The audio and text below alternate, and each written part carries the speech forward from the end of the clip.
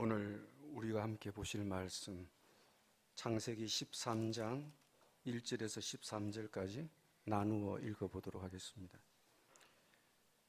아브라함이 애굽에서 그와 그의 아내와 모든 소유와 롯과 함께 네겝으로 올라가니 그가 네겝에서부터 길을 떠나 베델에 이르며 베델과 아이 사이 곧 전에 장막 쳤던 곳에 이르니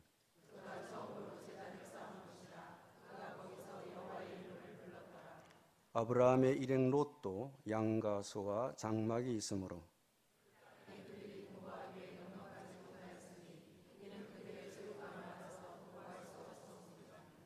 그러므로 아브라함의 가축의 목자와 롯의 가축의 목자가 서로 다투고 또 가나안 사람과 브리스 사람도 그 땅에 거주하였는지라.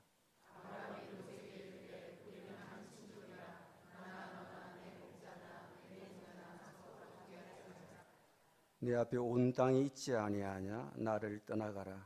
너가 좌하면 나는 우하고 너가 우하면 나는 좌하리라.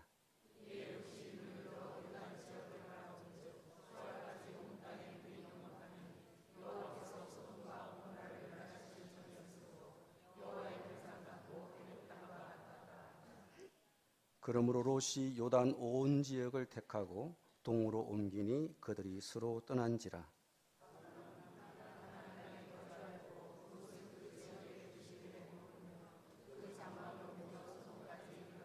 함께하죠. 소돔 사람은 여호와 앞에 악하며 큰 죄인이었더라. 아멘. 사람이 같이 살다 보면 이런 일 저런 일을 만나게 됩니다. 때로 서로의 이익이나 가치가 충돌하다 보니까 불편한 관계가 생기기도 합니다. 우리가 이런 문제에 부딪힐 때에 우리는 자기 속에서 그 원인을 찾아보는 것이 지혜롭습니다. 대부분의 문제는 이기심에서 시작됩니다. 자기의 이익에 민감한 것이 우리의 본능이기 때문입니다. 이기심은 누구에게나 있습니다. 성자에게도 있고 어른에도 있고 아이들도 있습니다. 목사도 그렇고 신자인 우리도 마찬가지입니다. 그러므로 문제는 무엇인가? 우리가 본능적으로 갖고 있는 이 이기심들을 어떻게 다루느냐 하는 것입니다. 아브라함과 조카 롯은 아주 오랫동안 함께 살았습니다. 바벨론에서 출발할 때부터 북쪽의 하란이라는 곳에 올라올 때까지 같이 살았습니다. 아브라함의 아버지이자 롯의 할아버지가 거기서 돌아가셨기 때문에 거기서부터 가나안으로 이주를 하였는데 그렇게 먼 길을 같이 갔고 가나안에서도 같이 살았습니다. 그러는 동안에 두 집안의 재산이 늘어났습니다. 재산이란 가축이었습니다. 그런데 두 집안 간에 가축이 늘어나고 목동이 늘어나니까 문제가 생겼습니다. 가축을 제대로 먹일 만한 풀밭이 없었기 때문에 목동들이 자주 다투게 된 것입니다. 여러분도 잘 아시겠지만 사람들은 항상 팔이 안쪽으로 굽기 때문에 내 종의 이야기하면 남의 종 이야기는 듣지 않고 그렇게 이해해버리게 됩니다. 양쪽의 이야기를 다 들어보면 좋겠지만 우리가 그렇게 잘하지 못합니다. 그러다 보니 문제가 커졌습니다. 그러다 보니 서로 사이에 금이 가게 된 것입니다. 여러분, 이들이 얼마나 많은 세월을 함께 했습니까? 기쁨과 슬픔, 행복과 불행, 서러움과 즐거움, 그 모든 것을 삼촌과 조카가 관계를 한 아름다운 관계였습니다. 그런데 목동들 때문에, 목초지 때문에 그 아름다운 관계가 깨어질 위기에 봉착한 것입니다. 얼마나 안타깝습니까? 여러분, 우리에게도 이런 일이 생긴다면 어떻게 해야 하겠습니까? 이것은 우리들에게도 현실적인 문제이고 실제적인 문제입니다. 누구든 그럴 수 있습니다. 형제뿐만 아니라 성도들 간에도 그렇고 회사에서는 근로자와 사용자 간에도 이런 안타까운 일들이 종종 많이 발생합니다. 오늘 본문에서는 이런 위기에 봉착하자 삼촌이 나서서 나와 너 사이에 그리고 너의 목자와 나의 목자 사이에 어떤 다툼도 있어서는 안 된다. 우리는 한 핏줄이 아니냐라고 라고 원론을 이야기했습니다. 얼마나 멋진 말입니까? 그런데 아브라함은 원론만 이야기한 것이 아니라 실제적인 답안까지 내어놓았습니다. 누구든지 원론은 말할 수 있습니다. 다 정답은 얘기할 수 있어요. 그렇지만 그 정답에 대한 실제적인 대안을 어떻게 내어놓을까 하신 실제적인 문제 앞에서는 머뭇거리게 되는 것입니다. 그런데 아브라함은 이것을 뛰어넘어서 내가 보는 앞에 땅이 얼마든지 있으니 따로 떨어져 살자. 너가 왼쪽으로 가면 난 오른쪽으로 가고 너가 오른쪽으로 가면 난 왼쪽으로 가겠다. 그렇게 말했습니다. 좋은 것은 조카에게 주고 남은 건 자기가 갖겠다고 한 것입니다. 여러분, 목축업을 하는 사람에게서는 생명만큼 귀한 것이 목초지입니다. 목초지가 없으면 재산은 다 날아가는 것입니다. 절대적으로 필요한 것입니다. 그런데 아브라함은 이 목초지를 조카에게 양보하겠다고 합니다. 망할 각오, 죽을 각오를 한 것입니다. 아브라함은 자신의 이익보다는 조카와의 화평을 택했습니다. 그리고 그 화평을 위해 양보했습니다. 여러분, 우리가 더불어 화평하려면 양보를 해야 합니다. 양보 없이 화평은 이루어지지 않습니다. 전부는 못할지라도 반이라도 내어놓아야 화평이 이루어지는 것입니다. 반도 내놓을 마음이 없으면 애초부터 화평과 화목을 생각하지 말아야 합니다.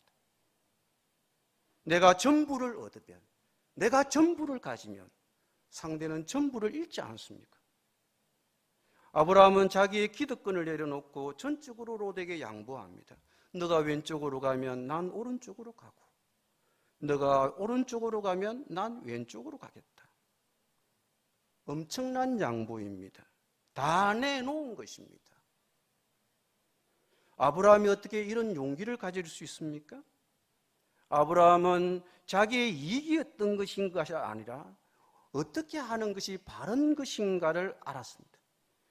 오늘 우리에게 필요한 것은 내가 원하는 것이 무엇인가 아니라 무엇이 바른 것인가를 아는 것입니다. 우리는 바른 것보다 내가 원하는 것이 무엇인가를 먼저 생각합니다. 아브라함은 먼저 하나님이 이런 경우에 무엇을 원하실까를 생각했습니다. 그래서 아브라함은 이 문제로 다투고 싸우기보다는 가족 간의 평화와 화목을 선택했습니다.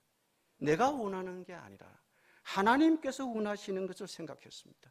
내가 원하는 것이 아니라 무엇이 바른 것인가를 생각했습니다.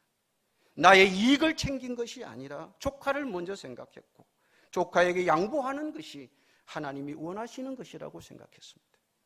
여러분, 사람이 더불어 살다 보면 예의를 지키기가 참 어렵습니다. 그만 너무 친하다 보면 예의를 벗어나게 되고 너무 조심하다 보면 예의 때문에 아무것도 할 수가 없습니다. 참으로 어려운 것이 무례히 행치 않는 것입니다. 그리고 우리는 인생인지라 이기심이 많습니다. 나 중심적이고 내 이익, 내 이해관계를 먼저 따지게 되는 것이 우리입니다. 어쩔 수 없습니다. 어떻게 하면 우리가 이것을 뛰어넘을 수 있을까? 여러분, 자기 이익을 먼저 챙기는 그런 이기적인 사람을 보면 얼마나 추해 보입니까? 우리가 이것을 뛰어넘어야 하는데 그게 참 말처럼 쉽지 않아요. 인생을 살다 보면 아무리 온유한 사람도 화내고 싶을 때가 있습니다. 고함 한 번 지르고 큰 소리 한 번 지르면서 마음대로 말하고 싶고 결과야 어떻게 되든 간에 뒤집어 버리고 싶을 때가 있습니다. 그런데 그 결과를 보면 참 추해요. 이유여하를 막론하고 성내는 것이 영 좋지 않습니다.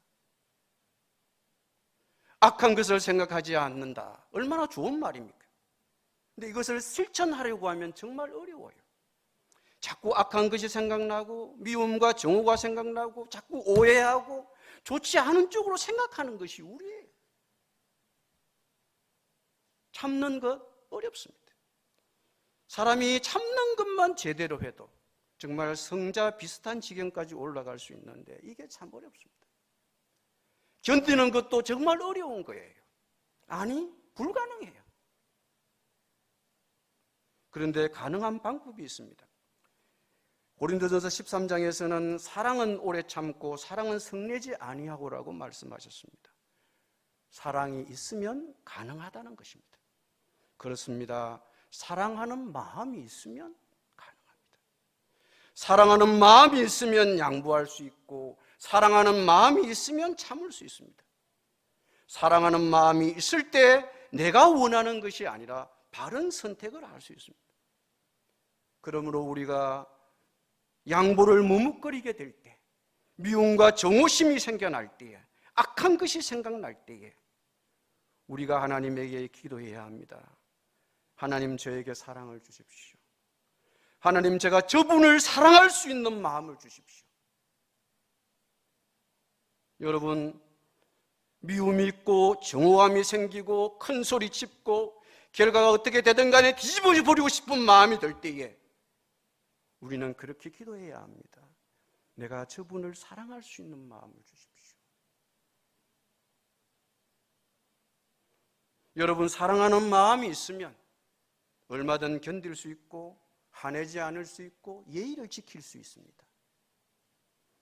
이 사랑하는 마음이 있으면 바른 것, 좋은 것을 선택할 수 있습니다. 위대한 양보는 사랑하는 마음이 있을 때만 가능합니다. 여러분, 아브라함은 무엇보다도 하나님께 대한 믿음이 있었습니다.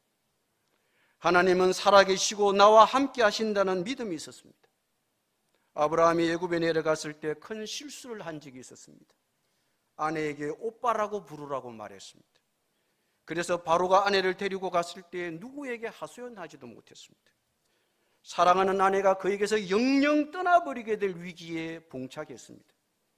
그런데 이때 놀라운 일이 일어났습니다. 저녁 때가 되어서 군사들이 아브라함을 찾아왔습니다. 어찌할 바를 모르고 있던 아브라함은 벌벌 떨면서 끌려갔습니다. 그러나 그는 여전히 아내 생각보다 자기를 먼저 생각했을 것입니다. 군사들에게 끌려가니 바로가 이렇게 말했습니다. 내가 어떻게 그럴 수 있냐?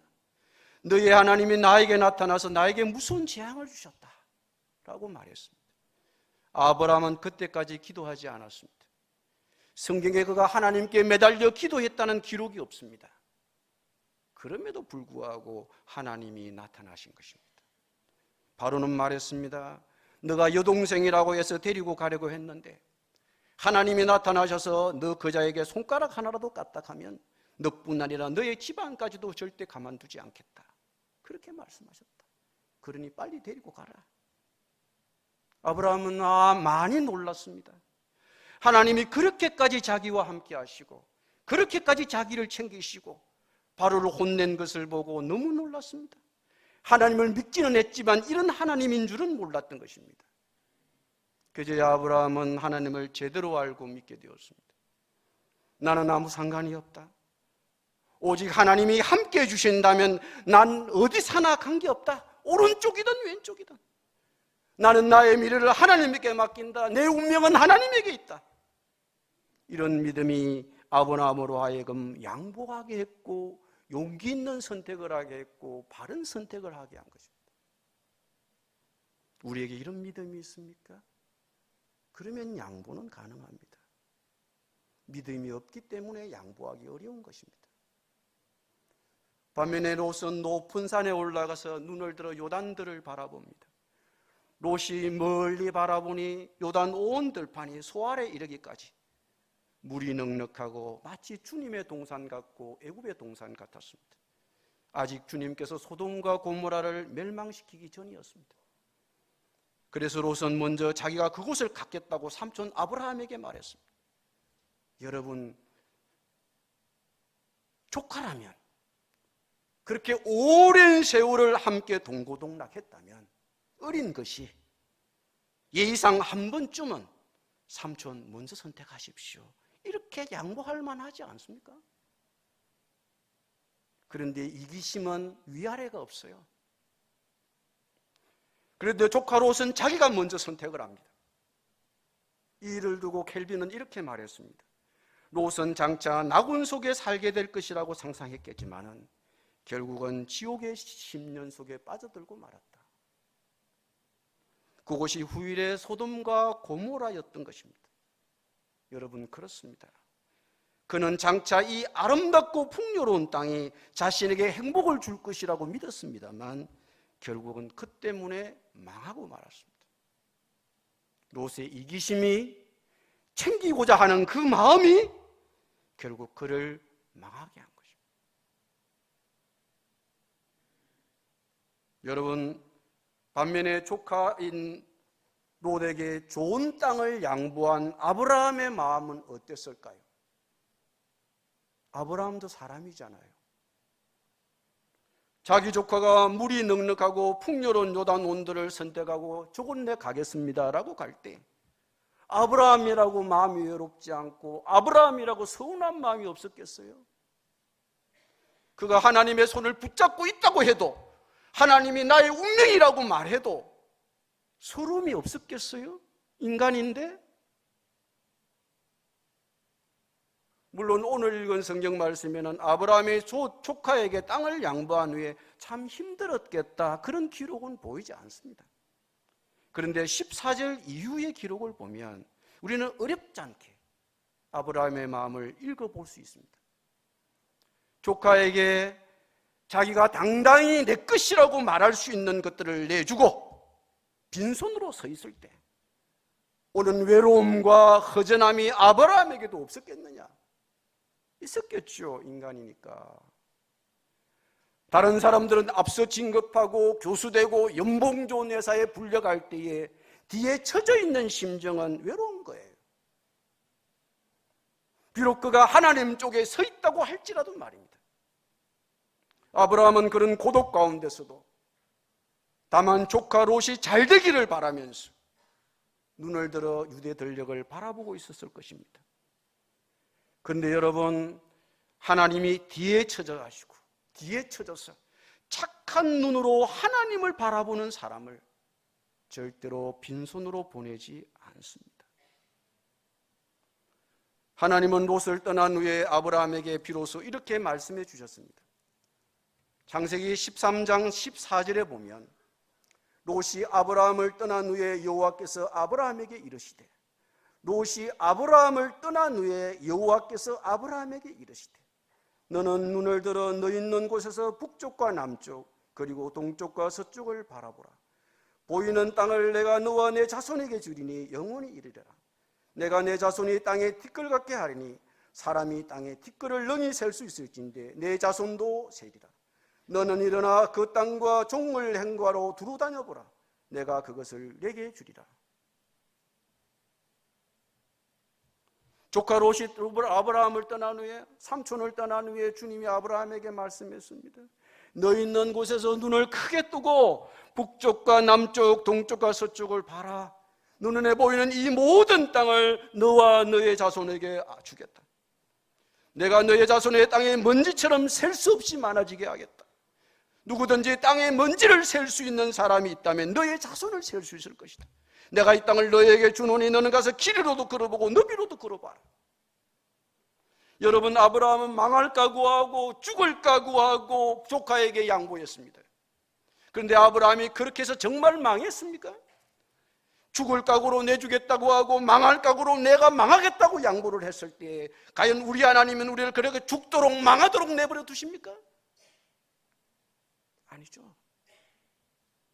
하나님을 생각하고 이웃을 사랑하는 마음에서, 조카를 생각하는 마음에서, 성도를 생각하는 마음에서, 형제를 사랑하는 마음에서 양보하고 희생했다 칩시다.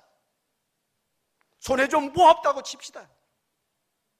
그러나 양보는 절대 손해가 아닙니다. 하나님께서 반드시 보답해 주십니다.